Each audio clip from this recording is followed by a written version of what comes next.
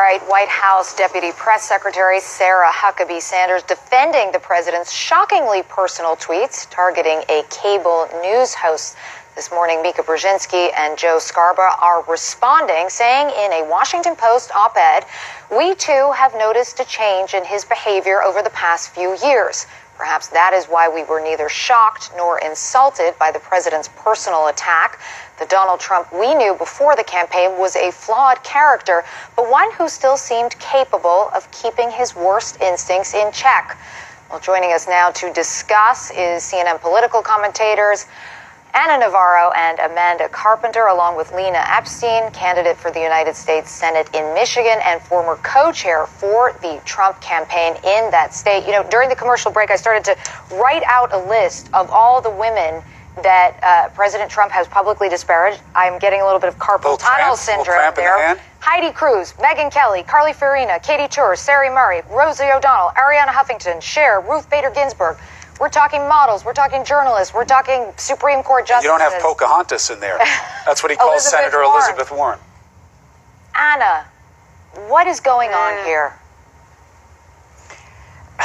Look, I think you've got a very immature man who has not made the transition into being presidential and never will, who is thin-skinned, who cannot take criticism, who has surrounded himself by enablers, yes men and yes women, who know that their jobs depend on them nodding their heads and defending every insane, wacko thing he says.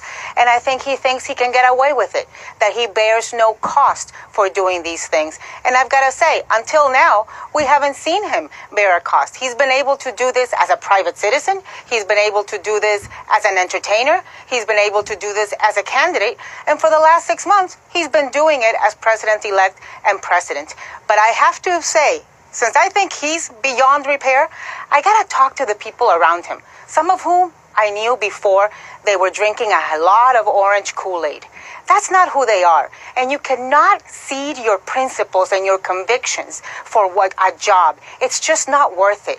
Our children are watching. Our children are learning. The damage this is doing to the presidency of the United States, the damage this is doing to our moral fiber, to our country, the way we are viewed by domestic and foreign policy allies and enemies. It is just too high a price to become a yes man and a yes woman to this level of insanity. Well, and yet, Lena Epstein, I see you nodding in assent, but I have a Twitter feed filled with defense of the president, that he is fighting back against a too critical media, that he was sent there to be disruptive. And by the way, most of them are putting him to shame in terms of the level of profanity and negativity that they bring to the discourse. So, you know, does the president deserve a defense here, as he is getting from his base?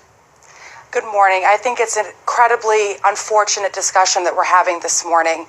The American viewer that's watching is concerned about the issues of, will I have a job tomorrow? Will my kids have health care? Will there be educational options?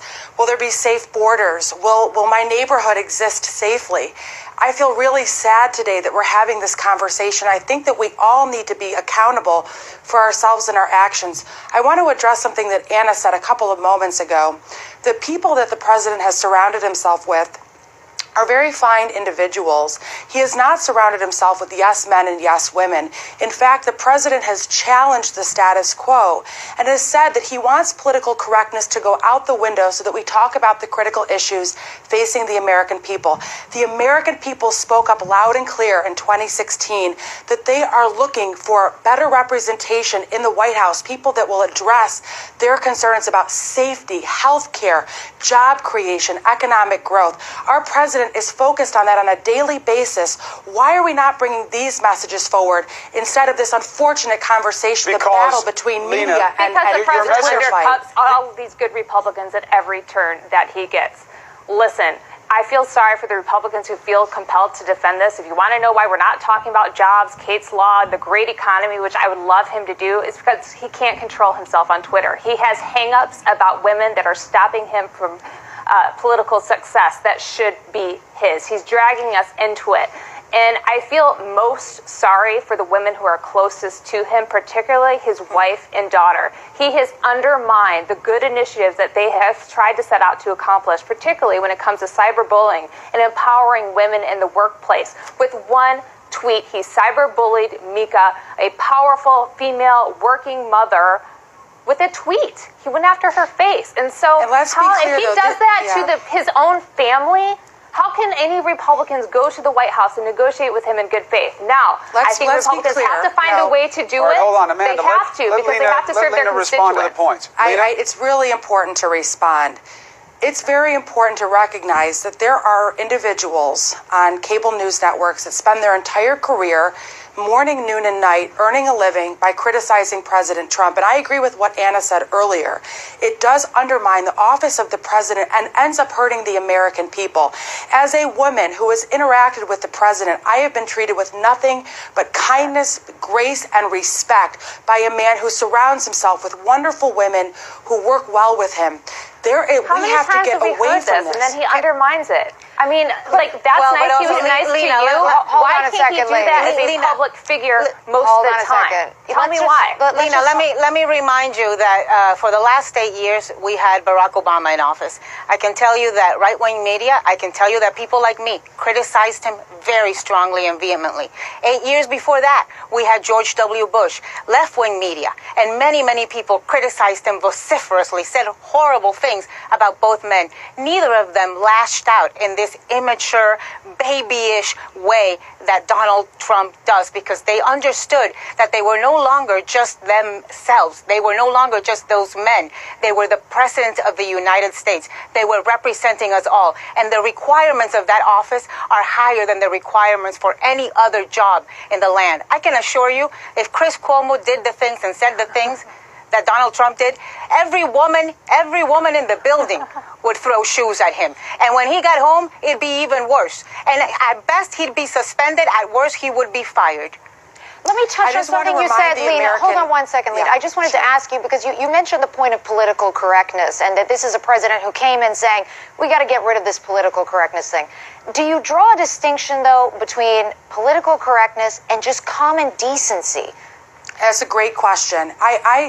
I would love for the whole Twitter conversation to go away across the board. I would love all of us to elevate beyond. And to the American viewer that's watching this morning, I would like to assure you that Washington, there are so many wonderful lawmakers, so many wonderful leaders that are working hard for you today. Whether it's within the Trump administration, members of the House, members of the Senate, please rest assured that while you're watching this banter about Twitter and unfortunate conversations coming out of every direction, we will be working hard on behalf of the American citizen. But hold on a second, I mean, Lena. Hold on a everybody- second. These conversations Hold aren't on a coming second. out of the blue. Hold on a second. Hold on. There's 4 boxes, so you gotta pace yourself a little bit. Lena, here's the Chris. point.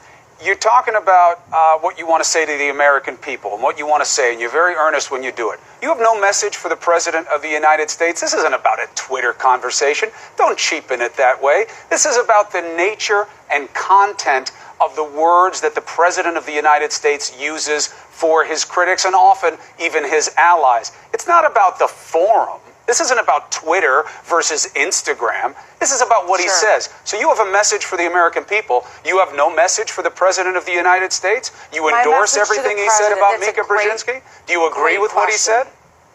I would like the entire Twitter banter to go away Of course across you the would, board. because it's hurtful to someone you want to support. But if you want to be a leader, No. you need to step up, my friend. Do you Chris, endorse it's what the President hurtful. said? Do I you would endorse not what he en- said I about would Mika never, Brzezinski? ever want one human being to disparage another human Then being. say that. Then say Okay? what the President said was wrong about Mika Brzezinski. Say it. That's what a leader does. You're trying to pressure me to say something that yes, I'm not I willing am. to say. Why not? Okay? Why not? If you Because want to be I a am leader saying- and you want to call out what's wrong, I do am. it. I'm saying the whole conversation is wrong. We need to get back to the issues that Americans and your viewers Decency truly and how care our about. president treats other human beings, especially how is women, the media is a meaningful interacting? issue. How Is is a mean- the and that's a media meaningful interacting, issue Chris? also. And if the media is wrong, it should be called out. But you know what? There's one president and there's a lot of media. There's one Very person valid. at the top of the chain. There's one ultimate leader, and there's a lot of media. You really want to put him on the equal footing with Mika Brzezinski in terms of whose words matter more? Come on. I have Anna, said go ahead, make your point. many times that it's okay to disagree with the president. I have disagreed with the president. But it's now I gotta time tell you, for us to move forward. last night I heard a former congresswoman trying to also bend herself into pretzel shapes. I told her she sounded like she was passing a kidney stone. She sounded so pained and so cringed. I feel the same way about Lena. I almost want to give you a hug. And the reason she can't bring herself to say it is because if you criticize Donald Trump, you then are out of favor, and you I have incur said his this wrath. morning And that you know what I said wish that would no. happen? I would wish. Let me just finish. What I wish is that the Republican women in Congress would get together and would demand a meeting, a face-to-face meeting with Donald Trump, and would maybe go and explain to them what it means to their children, what it means to their daughters, what it means to them to hear these hurtful words, this kind of objectifying of women. You know, it's time for the leaders to step up and make him accountable, because the people around him are not going to do it. Amanda, He's incredibly Donald Trump is accountable. not What going he's- to let's let Amanda get a word in edgeways. Yeah, know everyone's I eager to think I would speak. really like Mitch McConnell to try saying something because everybody piles on Paul Ryan. But here's the thing, Donald Trump is not going to change. And I work for Ted Cruz. We criticize our leadership all the time. It should not be hard for Republicans running for office, sitting in office, to say he shouldn't have written that tweet. He needs to stop this. Don't spread the blame on the entire Twitter conversation and act like everyone's responsible for what the president responds to. It's not. Just say it was wrong. He needs to stop. He should take it back. He should apologize. Have some dignity. Lena, do you I've been very support that? clear by saying the entire Twitter conversation needs to stop for the better interests of Okay, the so we're American going to eliminate people. all of Twitter because the president can't control That's himself not what I said. online. That's not what I said. I was Look, speaking Lena, specifically Lena, about We I know would what- like we know world exactly peace, what you're saying. and I would We like know to what end you're saying. world You hunger. can't say it. Look, yeah, I would like world peace, and I would like to end world hunger. But since we're not doing that either, in the meantime, let's focus on what we can do, which is confront the indecent acts, actions, words, tweets of the President of the United States. If you can't bring yourself to do that, then you've got to tell the people who you want to vote for you, I cannot bring myself to criticize the President of my own party, and that's what you are voting for I if you stand support me. behind. Final word, I Lena. stand behind a man with America First policies. I stand behind the policies and what the office represents. I am proud to do that on behalf of the American people. All right. Ladies, Make America gross again. ladies, thank you. MAGA. Thank you. I got the acronym. Thank you very much. Anna, Amanda, thank you very much. Lena, I hope you get to enjoy your families over this holiday break. Thank you for having this important conversation with us. So,